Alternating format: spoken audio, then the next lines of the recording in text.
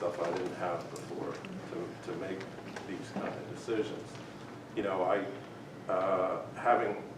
being able to look at this now, you know, I look at the 2 hours that were allotted to this lane swimming as kind of ideal for what you're looking for here. You know, and we set it up a little bit that people can come in every day for the rest of the season for that 2 hour time period, and if they want to swim for 15 minutes and go home, that's fine. And being we only have a couple of them there, is there a way to line this up with that 2 hours to kind of keep our expenses down? You know, I look at, we have the situation already there. We have the waiver there. Each kid were to sign up, and you know, it's all there if you can work in that time frame. And we got the rest of the season. And last year, I mean, I know that it was said in the past that it's a donation, but last year it was $700, I think, that was asked for from us, and we paid $1,200. We calculated the hours that the guards would work, and we sent in. So I mean, the swim team covered those extra expenses, you know, as part of the contract. So I mean, we're not asking for it for free. If you want to give it to us for free, hey, you know, whatever. but we're not asking for it for free. I mean, we definitely, you know, if you let us know what the going rate is for the lifeguards, and we multiply that by the 45 hours, you know, the swim team, as per every other year, we'll, you know, take that cost. We, you know, with myself being assistant treasurer, you know, we've generated a lot of bills for the pool thus far. Many of them first timers. There's a lot of work been done there for the first time. Expenses, you know, I'm looking at this deficit probably being more than in the past years. And, you know, we need some help with that, to be perfectly candid. Just covering lifeguard costs doesn't cover the overhead of the pool. You know, we get $3,000 chemical bills. There's one in the list of bills tonight. And that's not just for the season. That's, you know, many times throughout the season. So, Although you would have to pay that chemical bill whether or not we well, that's right. That's right. So, no question. Yeah. But, you know, if everybody's there enjoying it, well, we got to cover the cost. We got to have some help on that. And we're definitely, you know, ready and able to pay that lifeguard cost like we have in the past. I mean, I feel that What's, I guess, I'm not sure whether we had talked about it, but in the past few years, there had been banners there that you had sponsors, and that had generated income for you and the swim team. It does, yeah. Is there, what's the plan this year? Is there anything? Well, we hope to do the same thing. I mean, we do sell the sponsorships to help run the cost of our swim team. And, you know, we didn't have our big fundraiser this year. Normally, you know, Tara does an excellent job with our fundraisers. We usually have plenty of money to, you know, buy new lane lines. You know, we purchase equipment and we do it for the swimmers. You know, we're nonprofit, we're registered nonprofit, so we can't like make money just to make money. And those sponsors, you know, we have gotten some sponsorships this year, so we would like those banners to go up.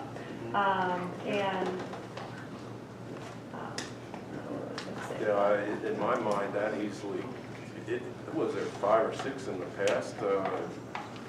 We're up there. That would probably pay for your cost of your camp and the kids being there, wouldn't it? Or that alone? I mean, we can sit down and go over our budget, you know, if you want to. Now I don't think it's the time.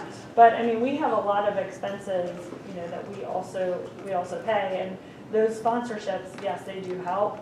And thankfully with those, because we're not having a fundraiser this year, we'll be able to still take care of the camp and the season and go on to next year, and pay the lifeguard bill. But we'll be short this year at the end. I'd also like to add, when I approach businesses for sponsorships, They're very adamant that that when they sponsor the team, it does not go into our operating costs. It goes for what we are, previous years, we were looking for to buy a dolphin timing system. And that is,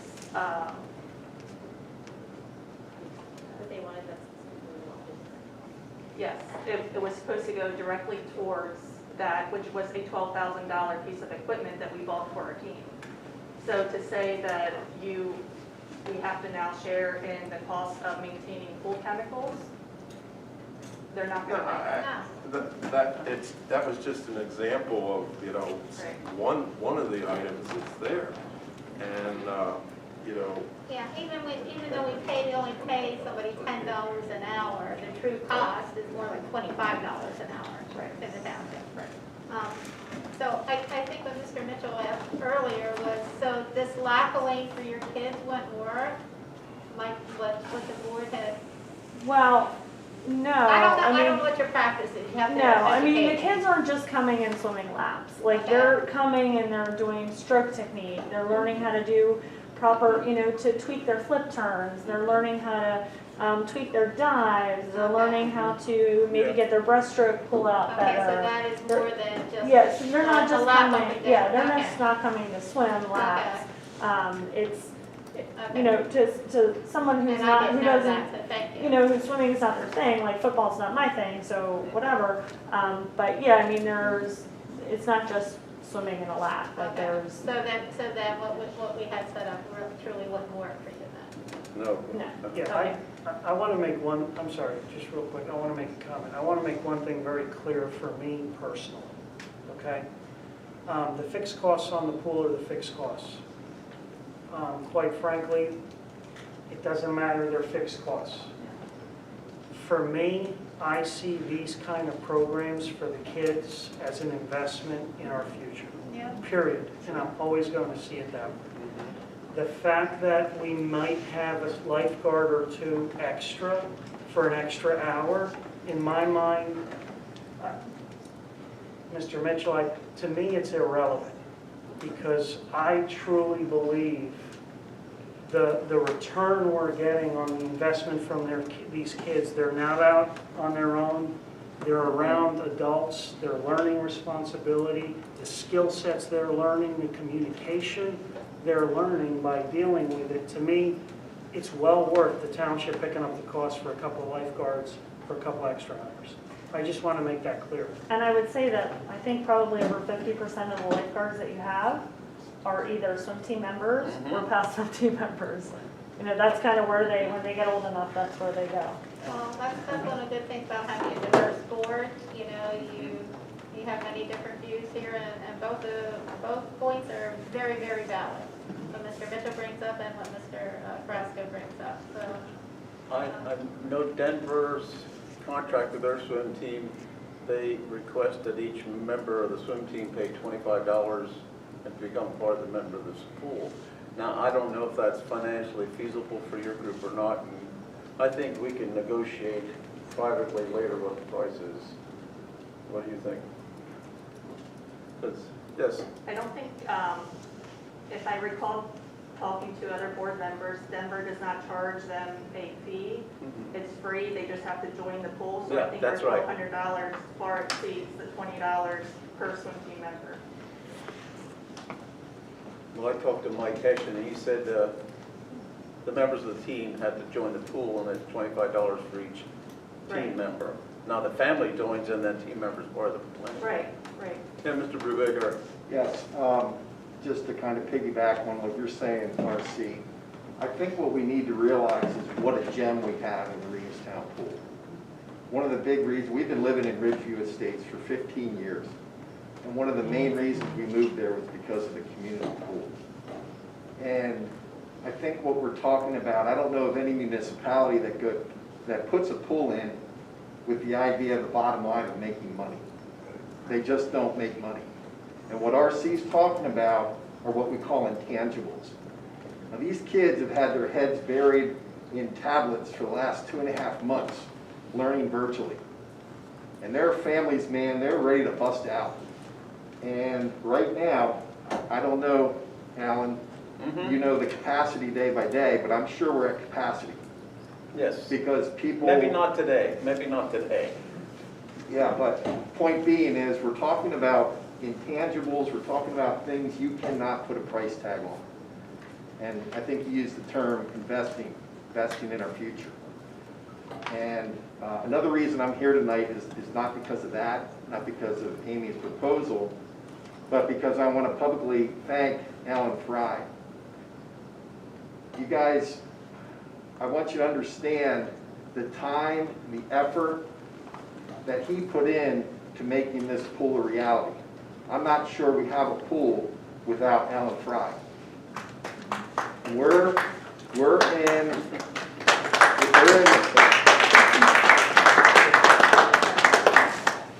during COVID, man, everybody's canceling. The easy way out would have been for you guys as supervisors to say, that's it, we're closing the pool. But he had the courage to go forward and open. And again, we're in unprecedented times. We don't know what's going to happen going forward, but the fact is, Reamstown is open, and Adamstown's closed and may not open, and Denver's closed right now. So, point being is, let's realize the gem that we have over there, and let's do all we can as a board to support our pool and the community that supports that pool. Thank you very much. And I've spent many of hours and a bunch of my own money getting that pool up and running. And when you were sending me texts and stuff like that, what was coming from the state, I couldn't see how it would happen. So I forwarded it to Penny, and March, we lost a very dear friend and our treasurer, and Penny's been working with that. So we've been working handicapped here, and it just fell through the cracks, and we had misunderstandings. From now on, it's better off if we communicate verbally and not texting. I hate texting for that reason, but I did in February send you a contract. I was planning on having the swim team again this year. I even had the pool, our calendar with all the swim meets and Yeah. everything back in February, and then this COVID thing came along. And then in April, I decided, well, I want to try my darndest to get it open. And I was figuring in June we'll go yellow. So in April, the end of April, we pulled the cover off, and I went to Paul B's and got plastic. I went to A.B. Martin and got wood. And with the help I had down there, we made the closures. We painted lines every 6 feet apart. We made circles in the grass. I went to Staples, and the township paid for that. I got that poster on the wall where you had yours at one time, and all that to get the pool open. So I really want the swim team. If you can do a camp, I'd be glad to have you do a camp there. But it just didn't. Right. It looked like I was throwing roadblocks in your way, and I was just busy doing other stuff at the time. And I love the swim team because last year when you won, I really felt good about it. I really enjoyed it. So. Thank you. I think what you're hearing from us is absolutely, we Good. want to do this. Thank you. Thank you. We're just kind of struggling a little bit with the timeframes. Right. So we'll get that I worked think out. we can work it out. But again, I think initially for Alan and Jeff, I think initially, again, think about, because the older kids won't mind, think about 8 to 9:30 for the older kids. 9:45 to 11 for the younger kids, right? Because then at least we can, and then you hold 2 lanes for now for the lap swimmers with the younger kids. Right. And then we have a solid hour for the lap swimmers. Right. So we're still honoring that, right? There's the balance. And then we'll communicate to you weekly in terms of how that looks, in terms of how many more lap swimmers we get that actually sign on. And we may only need 1 lane. Yeah, Because we may need, one yeah, lane. Yeah. Yeah, we Now- may only need 1 lane. yeah, exactly. We might only need 1 lane, we find that 2 And I'll weeks from stay now. in contact Stay in with contact you, with me. and we'll work out the. We'll work out. Thank you. Yep. Okay, All right, that's wonderful. And again, water under the bridge, there Yes. was a Let's move on, miscommunication, yeah. and we do recognize very thankful that Williamstown was, you know, one of the first pools in Lancaster County to open. Well, that was my driving force. So everything else went to wayside. You can ask my wife, Monica, because she's not happy. There's a lot of, the windows in the house didn't get done, and a bunch of other stuff around the house didn't get done because of down the pool. So, no, I do it for the kids, our children, because they're our future. Right. So, Great. thanks for coming tonight. Okay. Thank you for having us. Thank you for putting us on the agenda at the last minute. We appreciate it so No, much. this was Thanks for the important. detailed proposal. Yes, we're Perfect. gonna have a lot of happy parents. Okay, good. So I will stay in close contact with you. Please Penny. do. Okay, all right. Thank Thank you you. guys so much. Thank you.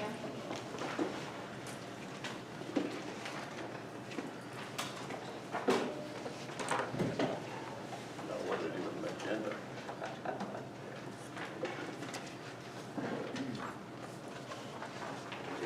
I lost my agenda. Okay. Manager's report. Well, and then, you know, as always, I report to you on a daily basis of what's going on. Things are starting to come together back in the finance office, I'm happy to say, and we do have a little bit more discussion on a personnel item regarding certain things that I'd like to have an executive session as soon as the meeting is over. But things are starting to look up, so I'm so grateful for that. And we have interviews set up for Monday, June 29th, for 4 interviews set up for the Public Works position. So we'll see how they turn out. Okay, thank you. Any public comment for items that weren't on our agenda? Yes, Susan? I just wanted to actually address the board, but I did forget something. Tony, do you have a survey in your file for 58 South Williamstown Road? Not to my knowledge, There's no survey. not that I'm aware of. Okay, that does trouble me now, because I asked those guys and they thought they did, and I said, well, where are your pins? And they couldn't answer that. No, So, I'm not saying that they didn't survey it, but I don't have a copy of any legal survey for that property, or at least not a current one that I remember. but my issue is, how did they mark the 25 feet off of our property line? Well, they may have had it surveyed. I'm just saying, I don't have a copy of that survey, but they may have had it surveyed to validate pin location. That's how they could be accurate enough to come up with their setback. But shouldn't it have been a requirement? Because if they say, no, we didn't, then they're just guesstimating, and that does bother me. They've got a detailed stormwater plan along with their application for building renovations. There is no requirement that says they have to survey the property. Now, if they want to put up fencing and they want to do something along the property lines, I would basically say, let's see your survey, let's get it accurate. Now, they may have researched the pins and they could be there and they may have a survey. I can definitely find out if they do or not, and make sure the township gets a copy of that. No, you don't have to, but my point is, if they have to be 25 feet off of the neighbor's property line, Right. my question is, if you don't, how do they guesstimate that? They can't guesstimate, they're gonna have to be accurate, and they're gonna have to show us a survey to be accurate with their dimensions. That's all there is to it. Yeah, but that's something that's really not a township issue. Surveys and property lines are between residents, and that's not really something the township gets involved with. I mean, we can't get into a dispute whether, you know, you say your property line's here, but he says it's over here. That's a neighbor dispute, and that's something the township cannot get involved in. Well, but I'm a residential, Yeah, and they're church, I and they're understand. adding something. I understand They're that. bringing in a whole new, I understand that. and it's my only question. Yeah, that's, When you tell yeah. them they have to stay 25 feet Yeah. off of my property, and we have to go off of what they say and hope that that's correct. If you feel that it's something different, then it's up to you to get a survey to prove them wrong. And even I've had it already where both properties have had 2 surveyors come in, and those surveyors come up with different things. So it's, unfortunately, it's not generally a win-win situation.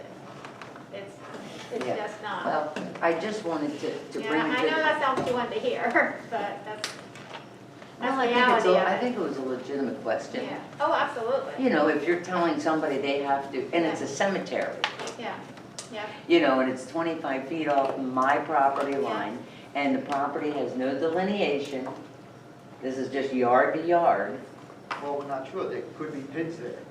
yeah. There could be markers in that property that they've located. well, but there's no fencing, there's no anything. You come up there, Tony, you don't know if you're in my yard or in the church's yard. Right. You Bottom have to- line, you have to nobody approve here it. knows that because Correct. you don't live there, so that's my issue here. And I would just like to bring it to the board's attention that you may want to just relook at your cemetery zoning, because it is a big deal today. I've had this conversation, I sat on the cemetery board here in town, I know all about cemeteries, they are very hard to maintain. You talk to grave concerns, they're all over the county, picking up on these little spot cemeteries that were put here and there by churches that thought they would last forever, and they don't. The church gets sold for a restaurant, gets sold for apartment houses. Now you've got this little cemetery stuck in the back, and who's taking care of it? They are a problem, and everyone is frowning on them. So it just would be prudent in your forethinking, and maybe you need to rewrite something in your zoning about how you're going to Oh, look at you cemeteries. bring up very valid points there, very valid points, because that's happened. And if I can add to. And no, wait, before I lose my train of thought, and at the minimum, there should have been required a big fence around that thing. Should have been required. You drive around and you show me cemeteries that don't have fencing around them. And this is up against how many yards? Yep. All I can do is go by what our ordinance says. Now, I want to say publicly that the church members, several of them came over to talk to us, but it was way after the fact. And they were very nice, and they have offered to help pay for fencing. And the other thing they told me, which I was not aware of, that they are going to do the flush monuments. Correct. So I guess I won't be looking at monuments, Right. but all the It'll be a lot people. easier to mow as well. Pardon me? It'll be a lot easier for them to mow Oh, a as lot well. easier to mow, but again, it absolutely should have been required to be fenced in. You shouldn't have to live in your properties 30-some years, and everything is set around you, and then all of a sudden, boom, there's brings a cemetery. I did, in response to that, for the board's knowledge, I did reach out to our solicitor, Tom Goodman, and asked him about the future maintenance of these properties of these churches, like Mrs. Mackley had said. Tom had reiterated to me that we are in no position to mandate anything of that sort. We just can't do that. Talking about future maintenance of the property, if the church goes away, he says, businesses go out of business all the time. The township does not have the authority to mandate any type of coverage or any type of financial security for that cemetery if that church goes out at this time. Yeah, but you'll get stuff taken care of it down the road if it ends up being no man's land. You will. It's very possible. You will. Like I said, I've been studying cemeteries all over the county, and you talk to the right people. And yes, you are correct.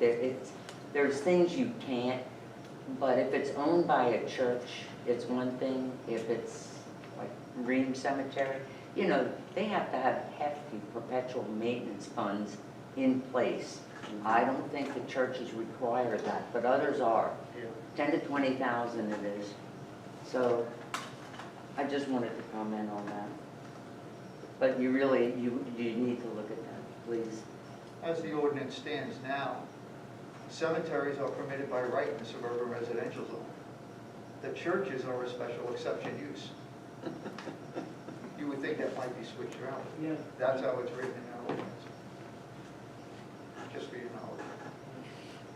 Yeah, so the church is basically grandfathered in. Correct. Yeah. It's something we should look at. Yeah, that's definitely something we should look at. Yeah, Doug? Couple questions for, I'm gonna start off with Tony, and then I have some questions of the board. Tony, when it comes to earth disturbance, Yes. how much in the amount of square feet does it take to trigger a stormwater management plan? Well, our earth disturbance permit is triggered at 5,000 square feet. Anything less than that, they really don't need an earth disturbance permit, okay? Now, as far as land development plan, anything over 1 acre, the conservation district gets involved in, and these people would need an MPDS permit. Right, That's an acre of disturbed ground, which is a pretty big amount. 44,000 square feet. Correct. Okay. So, the plan, is it filed with the township, and is it on record at the township? A stormwater management Yes. plan. Are you talking about anyone in particular? No, it doesn't matter if it's over 5,000 square feet, right? Well, there's no plan for that. That's an earth disturbance permit. Okay, you have that though. You have a file of that. I usually have, well, they have to get a permit from me unless they're doing earth disturbance without a permit. And if they notify you, if they don't notify you, you're SOL. Unless I get a phone call from a concerned neighbor, that's usually how we find out if I don't see all of them. Okay, and what's the time frame? In other words, once there's a earth disturbance permit issued, how long do you have to get to finish that work or whatever? Well, all of our permits usually have a 1-year limit on it. And Okay. and we can't extend it at 6 months at no charge. Okay, all right. Okay, well, then I have some questions more specific. Yep. And this has to do with Shady Grove Campground. Yes, sir. My first one is the township needs to, I can't even read my own writing. The township needs to enforce its existing stormwater ordinance for what was done on this site without the proper permits. Regarding of regrading of an existing stone lot of approximately 4,725 square feet.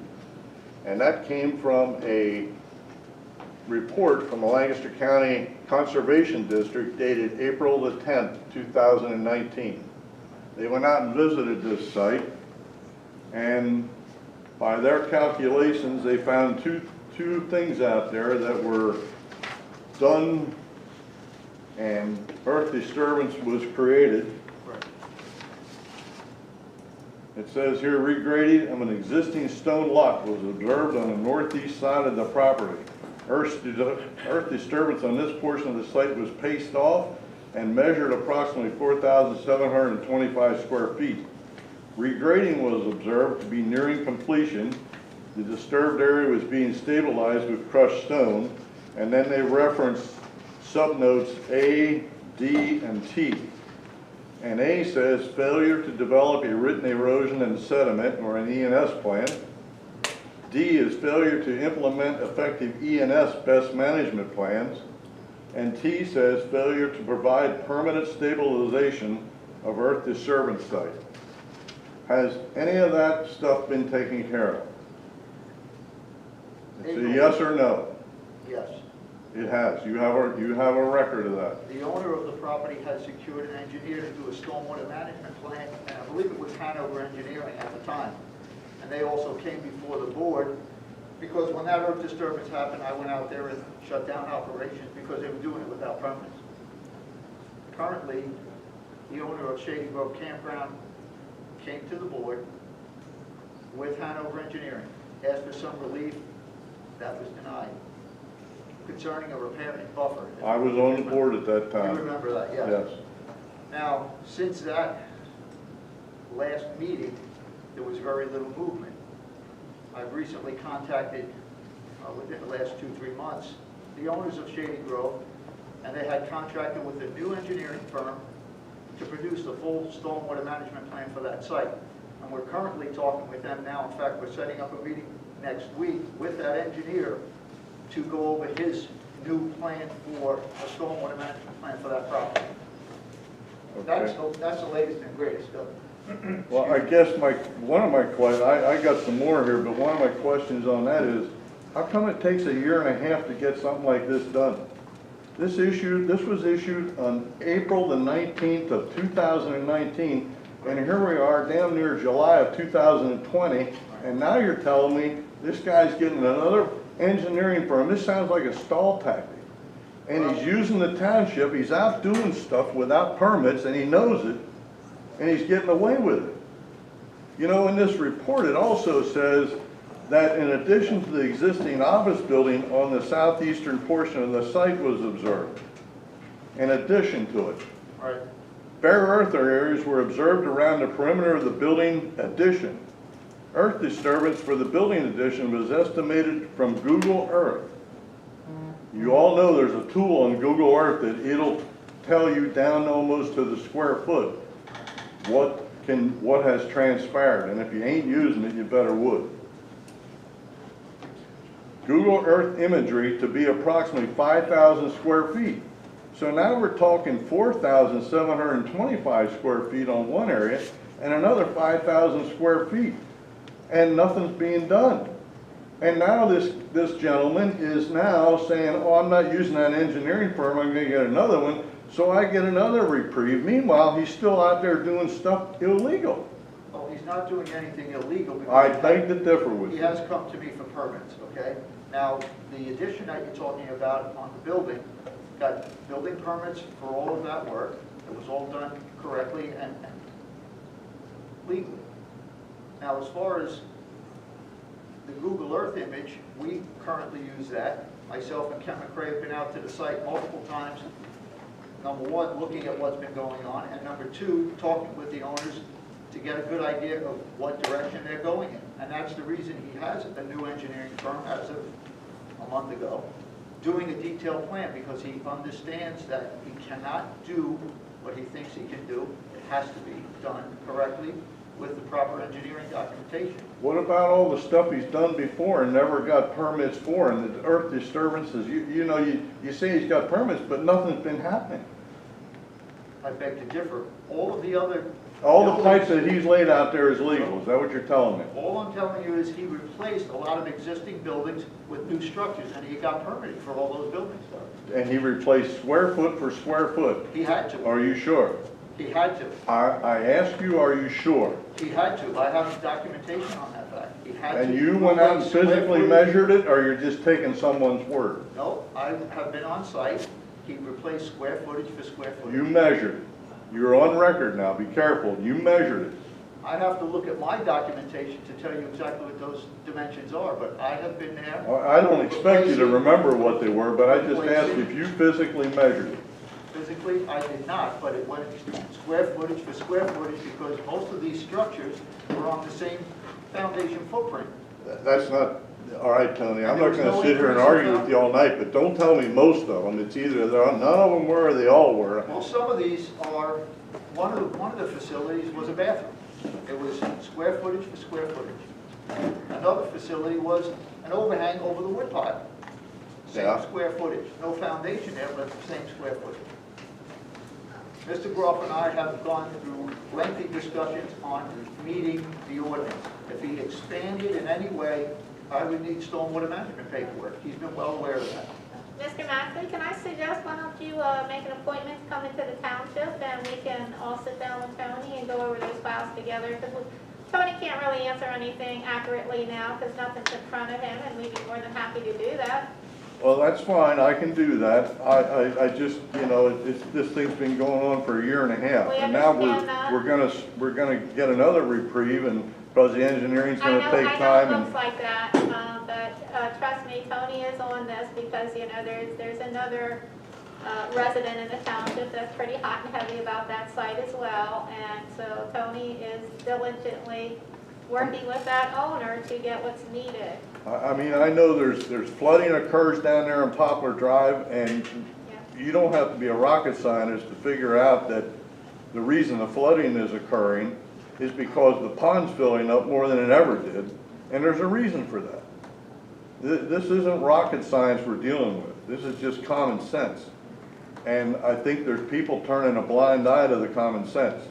So yes, I'd love to make that appointment, but this isn't going away. Okay, and I agree, I'm just saying that, my zoning officer can't answer your questions because he doesn't have the materials in front of him. I understand. So, but we'd be happy to answer those for you if you'd like to make an Yeah. appointment, we'll come in and sit down and do that. I will do that. All right, Thank you. you're welcome. Okay. Any other comments or questions? Okay, we're going to adjourn and we have an executive session for personnel. Well, let's end the meeting because there won't be any Yeah, sure. decision. There could be no decisions, right? Okay, I need a motion to adjourn. I'll make that motion. I'll second it. All in favor, say aye. Aye. Opposed? Thank you very much. Yeah.